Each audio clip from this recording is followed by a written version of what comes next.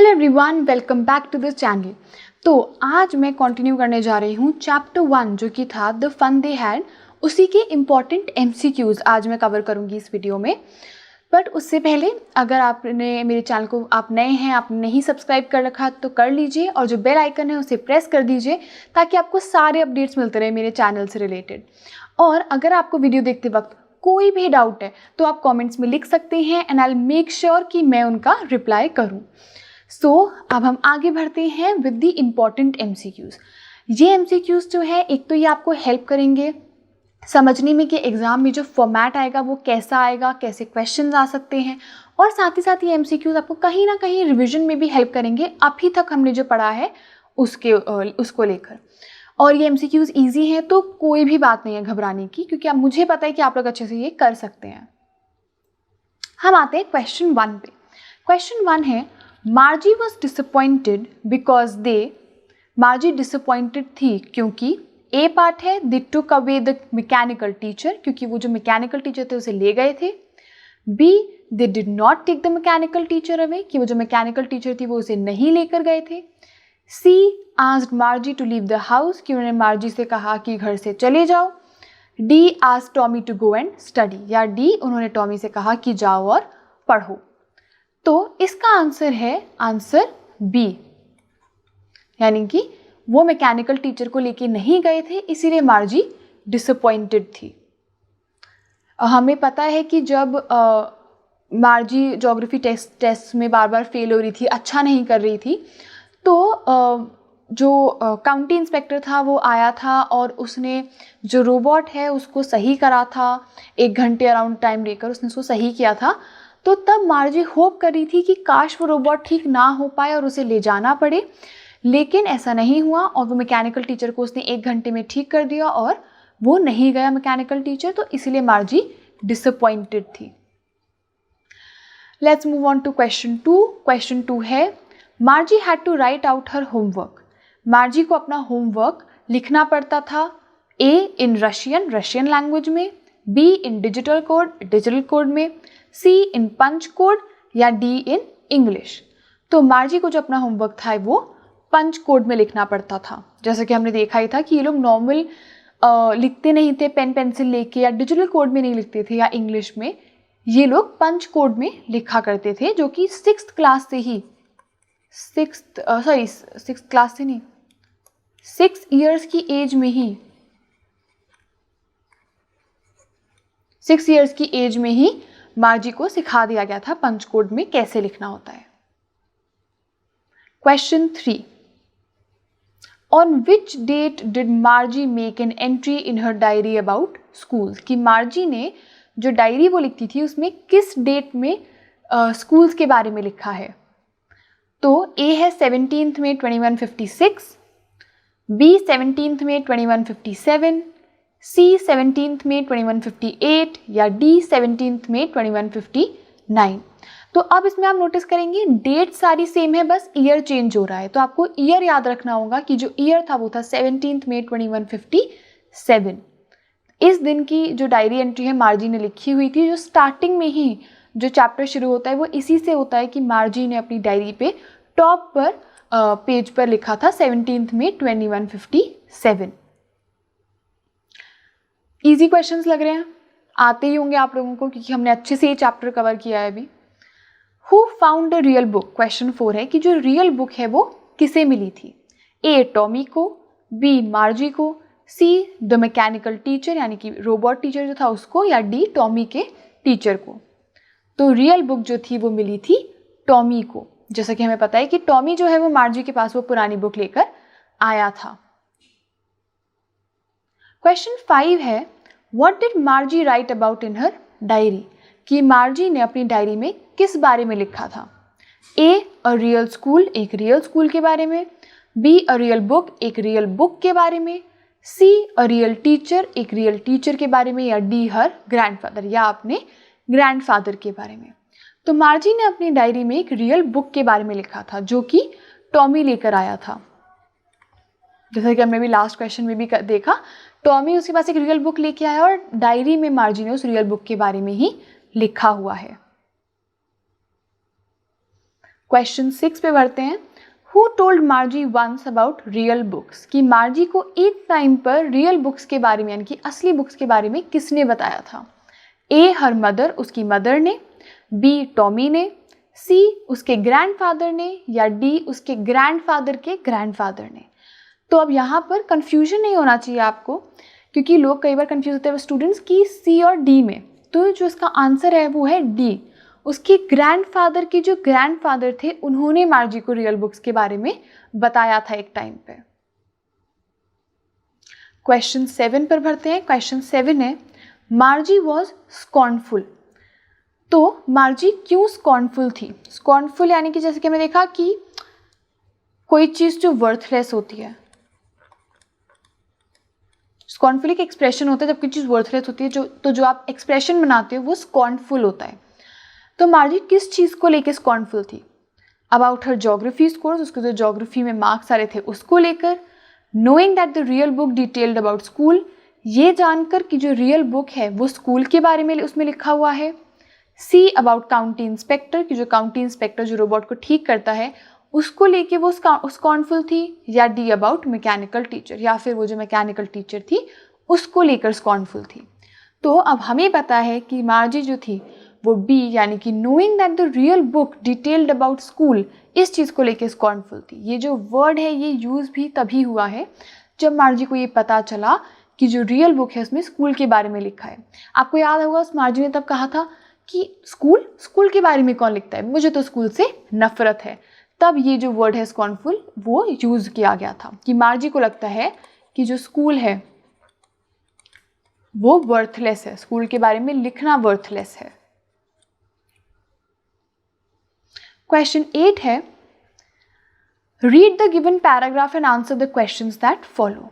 अब जैसे कि मैंने आपको बताया था कि इंग्लिश में अनसीन पैसेजेस भी आते हैं कई बार, तो ये उसी की तरह है एक तरीके से।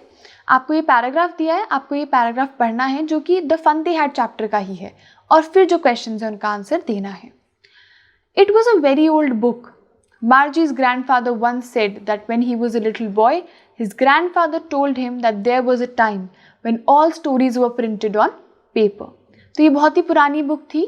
मार्जी के जो ग्रैंडफादर थे उन्होंने एक टाइम पे बताया था कि जब वो छोटे बच्चे थे तो उनके ग्रैंडफादर ने उन्हें बताया था कि एक ऐसा समय था जब सारी स्टोरीज जो थी वो पेपर पे प्रिंट की जाती थी। They turned the pages which were yellow and crinkly, and it was awfully funny to read words that stood still instead of moving the way they were supposed to on a screen. फिर उन्हें मार्जी और Tommy की यहाँ बात हो रही है कि फिर उन्हें जो पन्ने हैं वो पलटे बुक के जो कि येलो और क्रिंकली थे, और वो बहुत ज़्यादा फ़नी था उन वर्ड्स को पढ़ना जो कि बिल्कुल स्टिल थे, मूव नहीं कर रहे थे जैसा कि स्क्रीन पर होता है। तो ये वो पैसेज है। अब इससे रिलेटेड हम क्वेश्चंस पर आते हैं। तो जो पहला क्वेश्चन इस पैसेज से रिलेटेड वो है why were the pages of book yellow, कि जो बुक है उसके पेजेस जो थे वो येलो क्यों थे। अब आपको अगर याद हो तो मैंने उस टाइम भी आपको इसका आंसर बताया था। A the pages of the book were yellow because the book was printed on yellow pages, की जो बुक थी उसके पेजेस येलो थे क्योंकि वो येलो पेजेस पे बुक जो थी वो प्रिंट हुई थी। Be the pages of the book were yellow because the book was quite old, या बी जो बुक थे उसके पेजेस येलो थे क्योंकि वो बहुत पुरानी बुक थी। See the pages of the book were yellow because Tommy spilled coffee on it, या सी ऑप्शन है कि बुक के जो पेजेस थे वो येलो थे क्योंकि टॉमी ने उस पर कॉफ़ी गिरा दी थी, या D the pages of the book were yellow because the book was printed with yellow ink, या डी ऑप्शन है कि जो बुक के पेजेस थे वो येलो थे क्योंकि उस पर येलो इंक से प्रिंट किया गया था। तो अब इसका आंसर है बी कि जो बुक के पेजेस थे वो येलो थे बिकॉज वो जो बुक थी वो बहुत पुरानी थी। तो आपने अगर देखा हो कभी जो ओल्ड बुक्स होती हैं उनका जो कलर होता है वो फेड हो जाता है और वो येलो दिखने लगती हैं। अब उसी पैराग्राफ से पैसेज से रिलेटेड दूसरा क्वेश्चन है what is the meaning of the word crinkly, कि जो ये वर्ड है क्रिंकली उसका क्या मतलब है। ए रिंकली, बी क्रिस्पी, सी टॉर्न यानी कि फटा हुआ, डी डस्टेड। तो इसका आंसर है, मैंने आपको उस टाइम भी क्रिंकली का मतलब समझाया था, इसका आंसर है रिंकली, कि जब पेपर पुराना हो जाता है, जब आप पेपर को क्रम्बल करते हो और खोलते हो तो उस पर सारी लाइनें बन जाती हैं, उस पर सारी लाइन्स होती हैं और वो बहुत ही ज़्यादा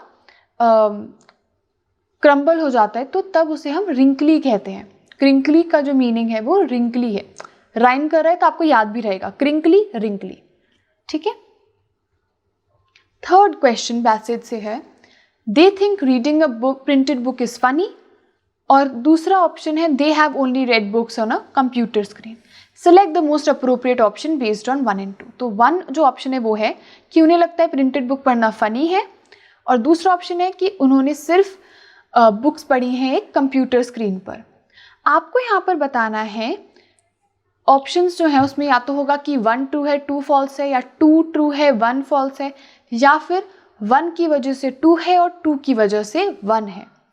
तो ए ऑप्शन है कि 2 is true and 1 is false, कि ये जो है वो ट्रू है, 1 जो है वो फॉल्स है। जो स्टेटमेंट है कि उन्होंने सिर्फ कंप्यूटर स्क्रीन पर बुक्स पढ़ी हैं वो ट्रू है, लेकिन ये स्टेटमेंट कि उन्हें लगता है प्रिंटेड बुक फनी है वो फॉल्स है।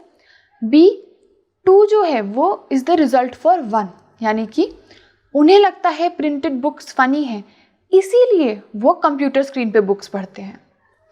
सी ऑप्शन है 2 इज़ द कॉज फॉर 1, कि वो कंप्यूटर स्क्रीन पर बुक्स पढ़ते हैं इसीलिए उन्हें लगता है कि प्रिंटेड बुक फनी है पढ़ना।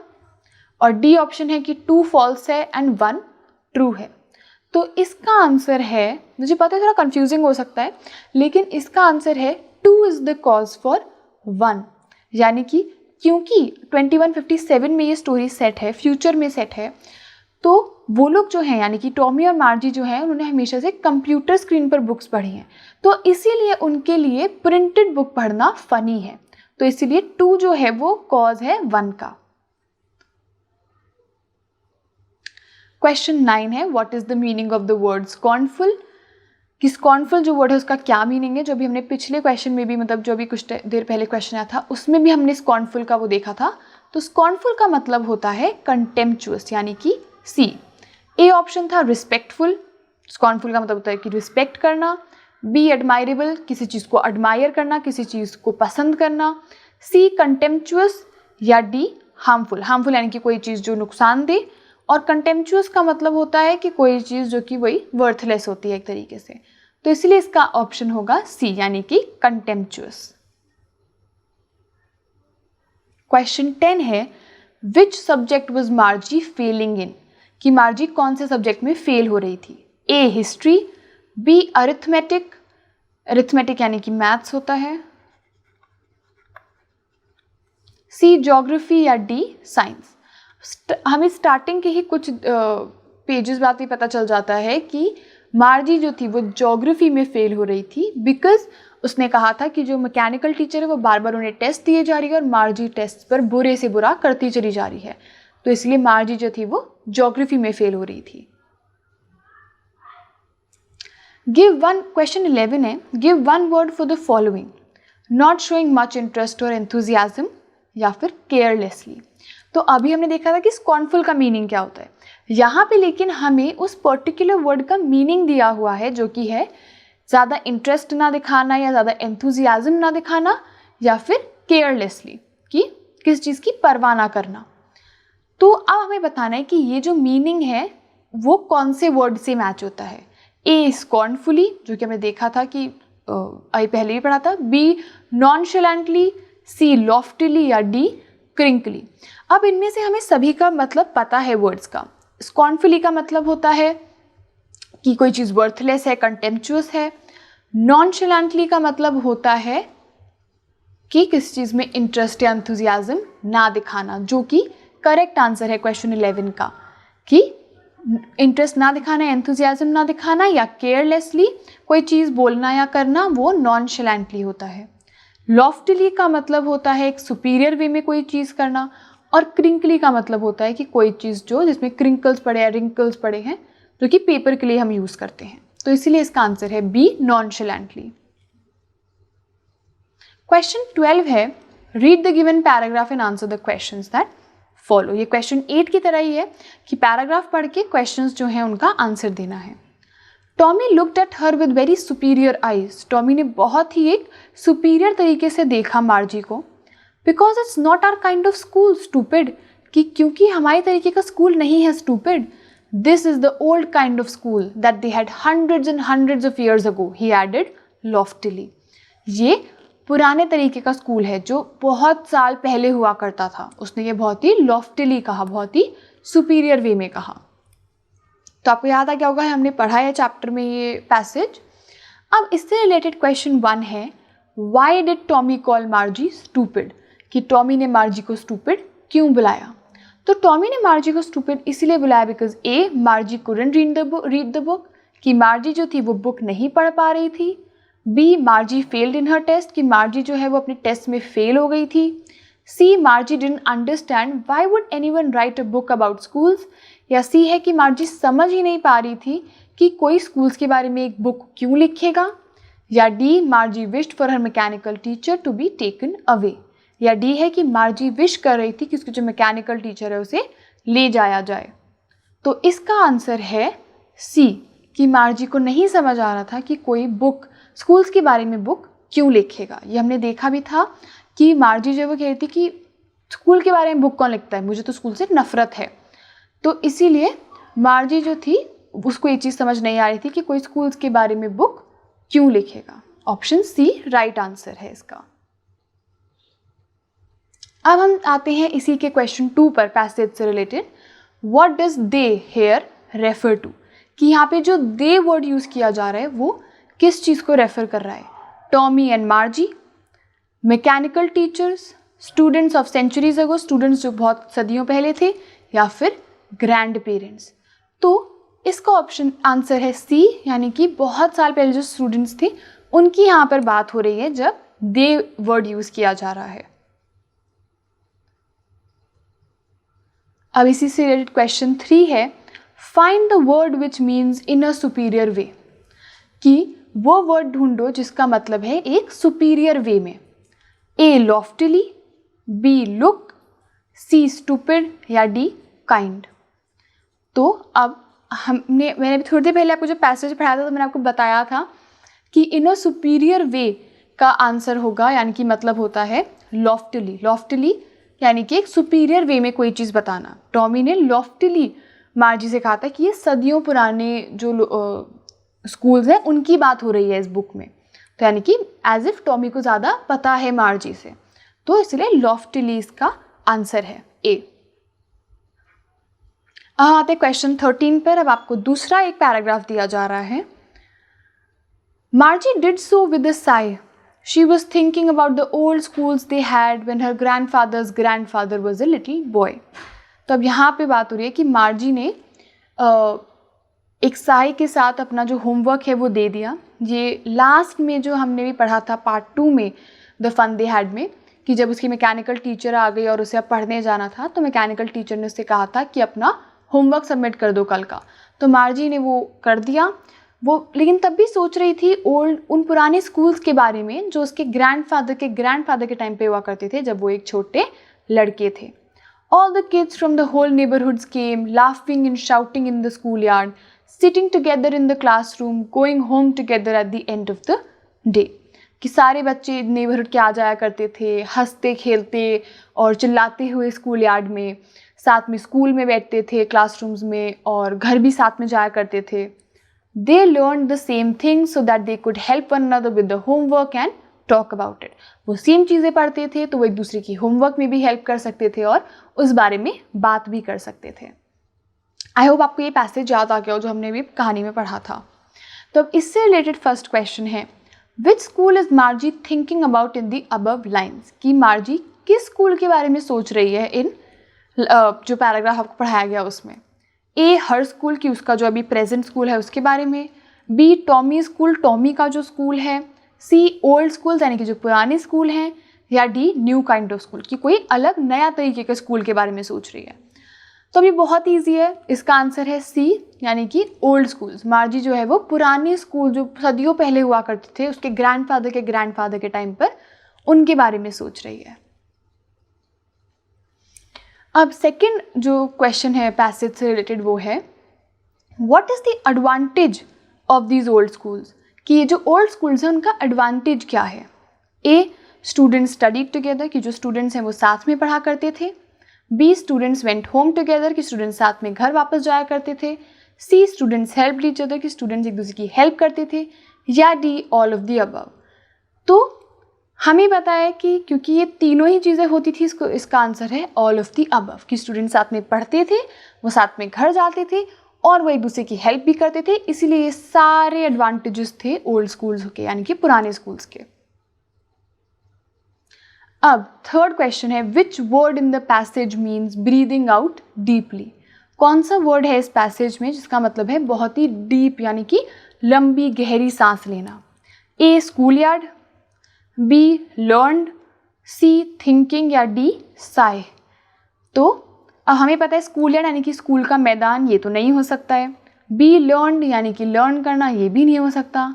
सी थिंकिंग यानी कि सोचना, ये भी नहीं हो सकता है। तो यानी कि डी जो कि है साय।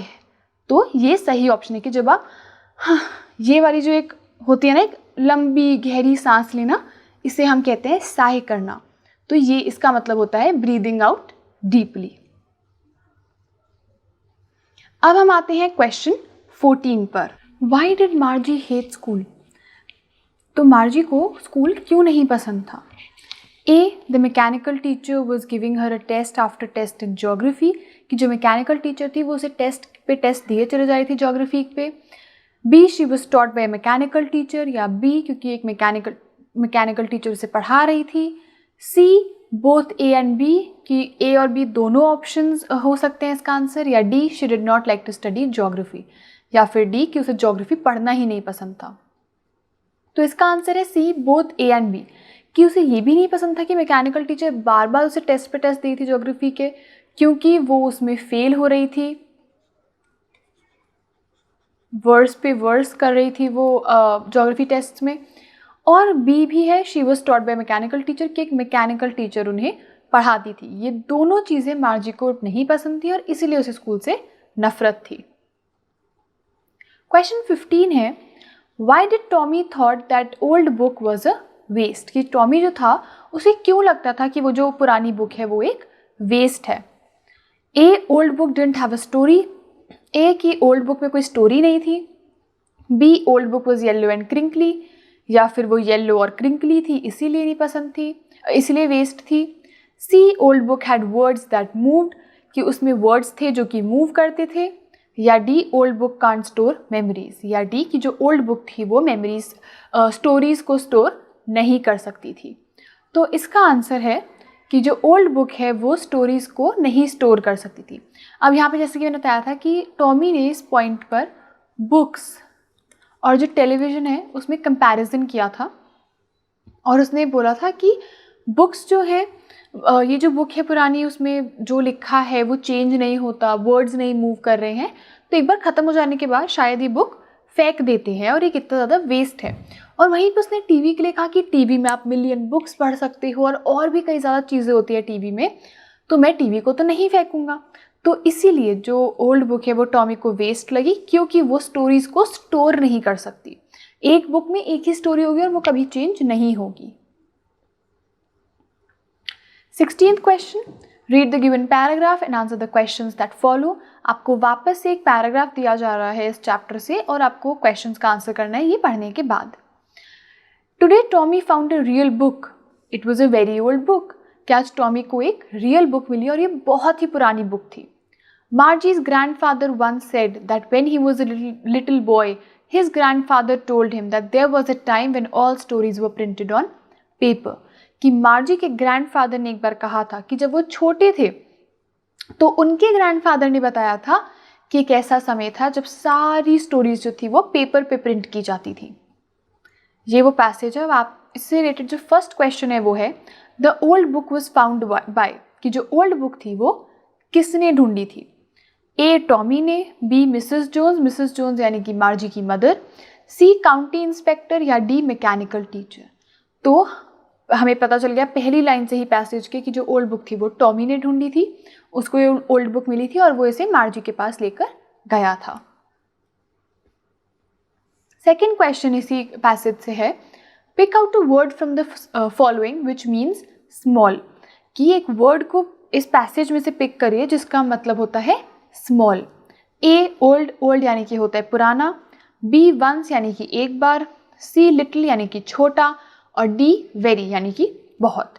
तो अब हमें पता चल जाता है कि इसका आंसर है सी यानी कि लिटिल, कि स्मॉल का जो मतलब होता है वो होता है लिटिल। थर्ड जो क्वेश्चन है इससे रिलेटेड पैसेज से वो है, Margie was surprise to see the book because, Margie जो थी वो उस बुक को देख के बहुत सरप्राइज हो गई थी, बहुत ज़्यादा आश्चर्यचकित थी, क्योंकि ए इट वॉज ओल्ड क्योंकि वो बहुत पुरानी बुक थी, बी इट वॉज प्रिंटेड क्योंकि वो प्रिंटेड थी, सी इट वॉज येल्लो क्योंकि वो येल्लो थी, या डी क्योंकि वो एटिक यानी कि स्टोर रूम में थी। तो इसका आंसर है कि वो इसलिए आश्चर्यचकित थी, इसलिए सरप्राइज थी क्योंकि वो जो बुक थी वो प्रिंटेड थी।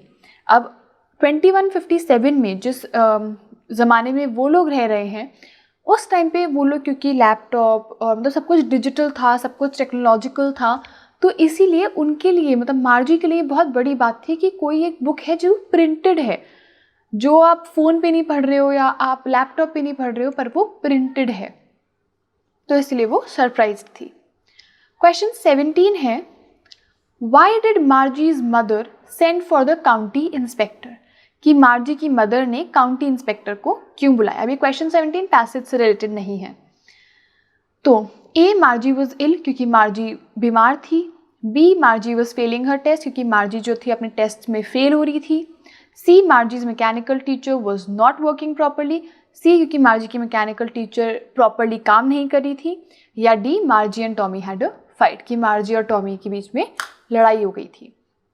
तो इसका आंसर है सी, कि मार्जी की मैकेनिकल टीचर सही से प्रॉपरली काम नहीं कर रही थी, इसलिए फिर काउंटी इंस्पेक्टर आया था, उसने 1 घंटे अराउंड में मैकेनिकल टीचर को सही कर दिया था और वो वापस से काम करने लगी थी सही से। तो इसीलिए मार्जी की मदर ने काउंटी इंस्पेक्टर को बुलाया था।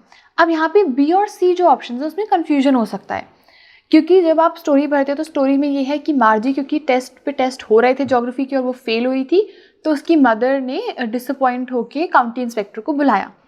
लेकिन यहाँ पे अब हमें ये समझना होगा कि आगे जाके जब काउंटी इंस्पेक्टर आया और उसने बोला कि नहीं इसमें मार्जी की गलती नहीं थी, वो मैकेनिकल टीचर की सेटिंग्स में प्रॉब्लम थी, तो इसीलिए इसका आंसर होगा सी, कि मैकेनिकल टीचर जो थी वो सही से काम नहीं कर रहा था, इसीलिए जो काउंटी इंस्पेक्टर है उसे बुलाया गया था, इसीलिए नहीं क्योंकि मार्जी टेस्ट में फेल हो रही थी। इन दोनों में कन्फ्यूजन होता है, बट आपको सही से ऑप्शन चूज करना होगा। क्वेश्चन 18 है, for the following assertion reason questions select the most appropriate answer. तो आपको बेसिकली क्या करना है, आपको बताना है कि कोई एक स्टेटमेंट दी गई होगी और फिर उसके नीचे एक रीज़न दिया गया होगा। आपको बताना है कि पहला कि क्या ए मतलब जो असर्शन है यानी कि जो स्टेटमेंट है और जो रीज़न है क्या वो ट्रू है, और आर करेक्ट है, आर करेक्ट एक्सप्लेनेशन है उस स्टेटमेंट का, यानी कि जो रीज़न दिया गया है वो सही एक्सप्लेनेशन है उस स्टेटमेंट का, या सेकेंड एक ऑप्शन आपके पास होगा कि जो स्टेटमेंट दी गई है जो असर्शन है और जो उसके बाद रीज़न दिया गया है वो सही है, पर जो रीज़न दिया गया है वो करेक्ट एक्सप्लेनेशन नहीं है उस स्टेटमेंट का। और थर्ड ऑप्शन आपके पास है कि जो असर्शन है वो सच है लेकिन जो रीज़न है वो फॉल्स है। फोर्थ है कि जो असर्शन है जो स्टेटमेंट है वो फॉल्स है बट जो रीज़न है वो ट्रू है। और लास्ट है कि जो असर्शन है और जो रीज़न है वो दोनों ही फॉल्स हैं। जब आप क्वेश्चन इससे रिलेटेड पढ़ेंगे तो आपको समझ में आएगा ये। तो पहली जो स्टेटमेंट है जो असर्शन है वो है the mechanical teacher had been giving Margie test after test in geography, कि जो मैकेनिकल टीचर है वो मार्जी को टेस्ट पे टेस्ट दिए चली जा रही थी ज्योग्राफी में। और इसका रीज़न है कि Margie was not performing well in her test, कि मार्जी जो है वो अपने टेस्ट में अच्छे से परफॉर्म नहीं कर रही थी। तो अब यहाँ पे आपको बताना है कि क्या ये जो असर्शन है और जो ये रीज़न दिया गया है, क्या अब ये है कि जो असर्शन है और जो रीज़न है वो सही है और जो रीज़न दिया गया है वो एक्सप्लेनेशन है इस असर्शन का, यानी कि मार्जी परफॉर्म वेल नहीं कर रही थी टेस्ट में, अच्छे से टेस्ट नहीं कर पा रही थी, इसीलिए मैकेनिकल टीचर उसे बार बार टेस्ट पे टेस्ट दिए जा रही थी ज्योग्राफी में। या फिर इसका है बी कि जो असर्शन है और जो रीज़न है वो दोनों करेक्ट है लेकिन जो रीज़न है वो करेक्ट एक्सप्लेनेशन नहीं है असर्शन का, कि मार्जी अच्छा परफॉर्म नहीं करी थी, पर इसका मतलब ये नहीं है कि इसीलिए मैकेनिकल टीचर उसे टेस्ट दे रही थी। तो ऐसे जो आपको अभी ये 5 हमने दिए थे, जो ये 5 आपको ऑप्शंस बताए थे, आपको उनमें से बताना है कि कौन सा वाला सही है। 1 2 3 4 5 करके आपको बताना है कि कौन सा वाला सही है। तो इसका जो सही आंसर है वो है सेकंड, कि असर्शन और रीज़न दोनों सही हैं, कि मैकेनिकल टीचर टेस्ट पे टेस्ट भी दे रही थी मार्जी को ज्योग्राफी में, और मार्जी परफॉर्म अच्छे से नहीं करी थी टेस्ट में। ये दोनों ट्रू हैं, ए एंड आर ट्रू हैं, लेकिन आर जो है यानी कि जो रीज़न दिया गया है वो एक्सप्लेनेशन नहीं है असर्शन का। R is not the explanation, is not the correct explanation of A. तो इसीलिए इसका आंसर है बी यानी कि 2। फिर हम आते हैं इसके सेकेंड पार्ट पे। अब जो स्टेटमेंट है, जो असर्शन है वो है, Tommy laughed at Margie when she said she would not let a strange man in her house to teach her। Tommy हंसा मार्जी के ऊपर जब उसने कहा कि वो एक अनजान आदमी को अपने घर में नहीं आने देगी पढ़ाने के लिए। और इसका रीज़न है Margie thought his father knew as much as her teacher, कि मार्जी को लगता था कि उसके फादर को टीचर जितना ही पता है। ये रीज़न है। अब आपको बताना है कि क्या असर्शन और रीज़न ट्रू हैं। अगर ट्रू है तो क्या रीज़न इस असर्शन का एक्सप्लेनेशन है करेक्ट, या अगर ये दोनों ट्रू है पर रीज़न नहीं है असर्शन का एक्सप्लेनेशन सही, या थर्ड की असर्शन ट्रू है रीज़न फॉल्स है, या फोर्थ की असर्शन फॉल्स है रीज़न ट्रू है, या फिफ्थ की दोनों ही फॉल्स हैं।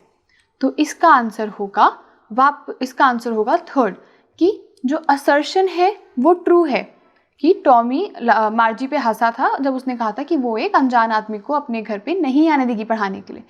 लेकिन जो रीज़न है, मार्जी को लगा उसके फादर को ज़्यादा लगता था उसके फादर को उतना ही पता था जितना टीचर को पता था, वो गलत है, वो फॉल्स है, क्योंकि मार्जी को ऐसा नहीं लगता था। ये जो मार्जी ने स्टेटमेंट दी थी कि वो टॉमी को इस बात पर डिस्प्यूट नहीं करेगी, जब टॉमी ने कहा कि मेरे फादर को टीचर जितना ही पता है, इसका मतलब यही था कि मार्जी उससे अग्री नहीं करती थी टॉमी से, पर उसने इस बात पे आर्ग्यूमेंट नहीं करी, इस बात पे उसने डिसएग्री नहीं किया टॉमी से। तो इसीलिए A is true and R is false. तो ये थर्ड ऑप्शन हुआ इसका आंसर। थर्ड हम इसके उस पे आते हैं पार्ट पे। असर्शन है Margie was not interested in reading about funny schools, कि मार्जी बिल्कुल इंटरेस्टेड नहीं थी फनी स्कूल्स के बारे में पढ़ने में। रीज़न है in olden times a human teacher would teach kids in school. और रीज़न यहाँ पे दिया गया है कि पुराने ज़माने में एक ह्यूमन टीचर बच्चों को स्कूल में पढ़ाया करता था। तो अब आई थिंक ये काफ़ी क्लियर है इस आंसर में कि जो ए है यानी कि मार्जी इंटरेस्टेड नहीं थी फ़नी स्कूल में पढ़ने में, वो फॉल्स है, और जो रीज़न है कि पुराने ज़माने में ह्यूमन टीचर टीच करते थे बच्चों को स्कूल्स में, वो सही है। तो यानी कि इसका आंसर होगा फोर्थ, कि ए इज़ फॉल्स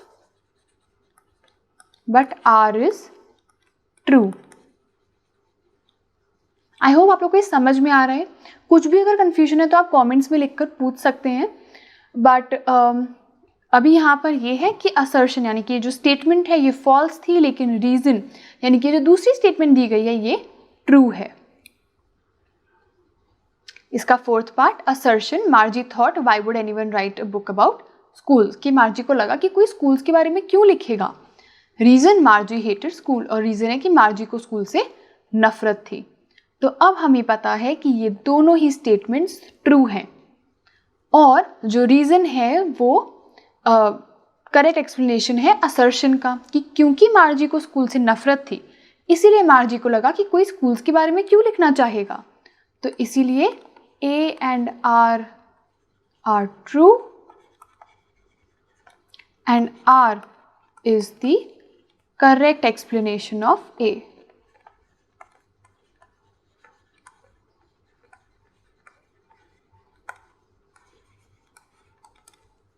तो इसका आंसर है 1 यानी कि जो फर्स्ट स्टेटमेंट है।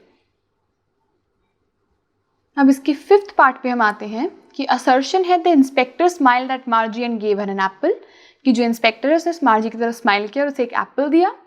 रीज़न है मार्जीज मदर ब्रोक हर मैकेनिकल टीचर, कि जो मार्जी की मदर है उन्होंने जो मैकेनिकल टीचर है उसे तोड़ दिया था। अब हमें पता है असर्शन जो है वो ट्रू है, रीज़न फॉल्स है, तो इसीलिए इसका आंसर हो जाएगा थर्ड कि A is true but R is false, क्योंकि हमें भी पता है कि ये कहीं पे भी बुक में नहीं दिया हुआ है चैप्टर में कि मार्जी की मदर ने मैकेनिकल टीचर को तोड़ा था। पर हमें ये भी पता है कि जो इंस्पेक्टर जब काउंटी इंस्पेक्टर आया था तो उसने मार्जी की तरफ देख के स्माइल किया था और उसे एक एप्पल दिया था। तो इसलिए थर्ड जो सी ऑप्शन है वो सही है कि ए ट्रू है, यानी कि असर्शन ट्रू है और रीजन फॉल्स है। इसका सिक्स्थ पार्ट है assertion. They had once taken Tommy's teacher away for nearly a month, कि उन्होंने एक बार टॉमी की टीचर को एक महीने के लिए वो लोग ले गए थे कहीं। Reason Tommy's father knew as much as a teacher, reason है कि टॉमी के फादर को उतना ही पता था जितना एक टीचर को पता था। तो अब हमें पता है असर्शन भी ट्रू है, रीजन भी ट्रू है, लेकिन जो रीजन है वो असर्शन का एक्सप्लेनेशन नहीं है, तो इसीलिए बी ऑप्शन सही है कि A and R are true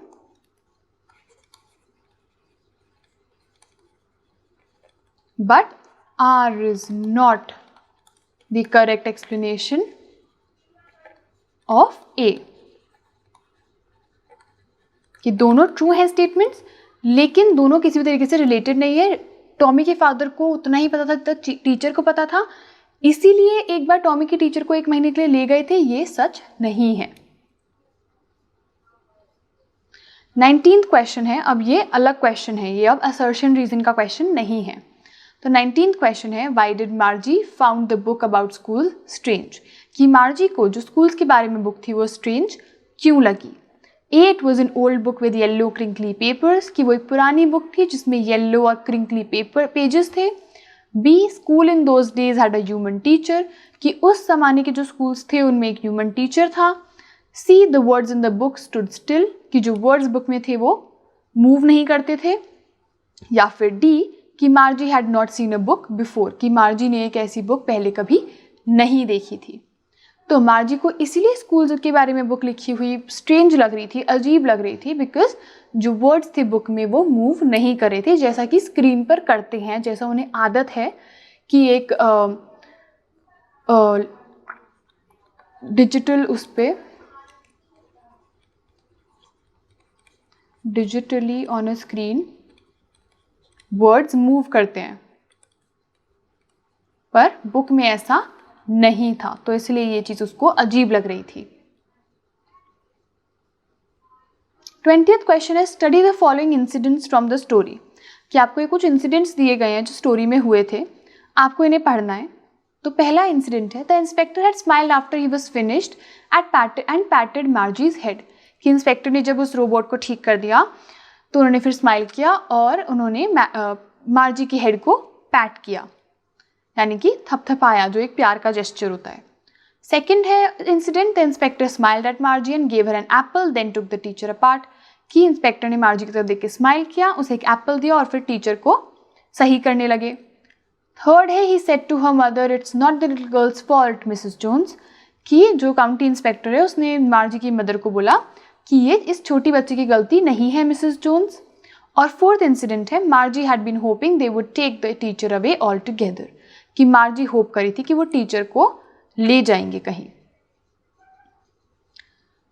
अब arrange the following in the order of events and select the most appropriate option, कि आपको जिस ऑर्डर में ये इंसिडेंट्स हुए थे उन्हें उसी ऑर्डर में लगाना है और सबसे अप्रोप्रिएट ऑप्शन जो है उसे चूज करना है। यानी कि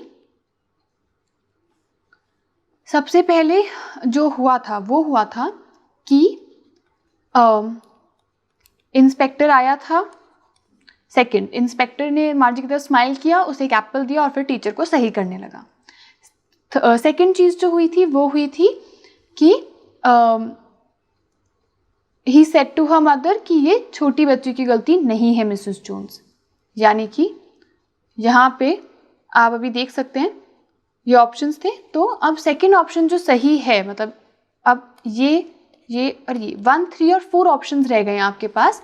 अब सेकंड के बाद जो सही ऑप्शन है वो है 1, कि जो इंस्पेक्टर है उसने स्माइल किया जब उन्होंने सही करना ख़त्म कर दिया उस मैकेनिकल टीचर को और मार्जी के हेड पे पैट किया, तो 2, 1। फिर अब ये दोनों हो गए, अब 3 और 4 में से चूज़ करना है कि उन्होंने उसकी मदर से कहा कि ये छोटी बच्चे की गलती नहीं है मिसेस जोन्स, या फिर मार्जी होप करी थी कि जो टीचर है उसे एक बार में ले जाया जाएगा। तो इसके बाद आएगा 3 कि उन्होंने फिर जो काउंटी इंस्पेक्टर है उसने मदर से कहा कि ये मार्जी की गलती नहीं है। और फिर आएगा 4 कि मार्जी होप करी थी कि वो टीचर को एक बार में ले जाएंगे, यानी कि 2, 1, 3, 4, यानी कि सी ऑप्शन जो है ये करेक्ट ऑर्डर है इवेंट्स का, कि पहले सेकंड वाला इंसिडेंट हुआ, फिर फर्स्ट हुआ, फिर थर्ड हुआ और फिर फोर्थ इंसिडेंट हुआ। फिर हम आते हैं क्वेश्चन 21 पे। How Margie imagined old schools to be, कि मार्जी ने कैसा इमेजिन किया कि पुराने स्कूल्स कैसे हुआ करते थे। A, they had teachers who were people, कि ए उनके पास टीचर्स थी जो कि ह्यूमंस यानी कि पीपल हुआ करते थे। B, all the students learn the same thing, कि सारे बच्चे सेम चीज़ पढ़ते थे। C, the students learn from telebooks, कि जो स्टूडेंट्स थे वो टेली बुक से पढ़ते थे। या D, the kids played together on the school ground, कि जो बच्चे थे वो स्कूल ग्राउंड में साथ में खेलते थे। तो मार्जी ने जो ओल्ड स्कूल्स थे उन्हें इमेजिन किया था बी, कि सारे स्टूडेंट्स जो थे वो सेम चीज़ पढ़ते थे। तो ओल्ड स्कूल्स के बारे में जब मार्जी इमेजिन करी थी, जब वो सोच रही थी, तो सबसे पहली चीज़ जो वो सोची थी वो यही था कि कैसे सारे बच्चे साथ में पढ़ते थे सेम चीज़। जब टॉमी ने उसे बोला भी था कि अगर सेम एज के बच्चे हैं तो वो क्लासरूम में बैठ के स्कूल में एक ही साथ पढ़ते थे, तो इसीलिए मार्जी ने इमेजिन किया था कि ओल्ड स्कूल्स ऐसे ही होंगे कि सारे बच्चे सेम चीज़ कर रहे हैं, सेम चीज़ लर्न कर रहे हैं। बाकी ऑप्शंस, ए ऑप्शन भी करेक्ट है कि टीचर्स पीपल थे, और डी ऑप्शन की जो बच्चे थे वो स्कूल प्लेग्राउंड में साथ में खेलते थे। लेकिन जब मार्जी ने ओल्ड स्कूल को इमेजिन किया था तो उसने बी ऑप्शन की तरह इमेजिन किया था कि सारे बच्चे एक ही चीज़ पढ़ रहे हैं। तो ये जो अब चैप्टर है ये यहीं पर ख़त्म होता है। जितने भी इम्पॉर्टेंट MCQs थे वो मैंने आपको अभी भी करा दिए हैं, और आई होप आपको ये सारे MCQs क्लियर हो गए हों, आपको ये सारे क्वेश्चंस का आंसर आता हो। और अगर आपको मेरी वीडियो अच्छी लगी है तो प्लीज़ लाइक, शेयर, कमेंट और इसको सब्सक्राइब कीजिएगा। कोई भी डाउट है आप कमेंट सेक्शन में लिख सकते हैं, और साथ ही साथ मेरी वीडियो को शेयर कीजिए अपने फ्रेंड्स के साथ अगर आपको लगता है ये उनके लिए भी हेल्पफुल होगी। सो ओके, आपसे मैं नेक्स्ट टाइम मिलूँगी ताकि आपका सारा 9th क्लास का इंग्लिश का सिलेबस है वो मैं कंप्लीट करा दूँ। Thank you.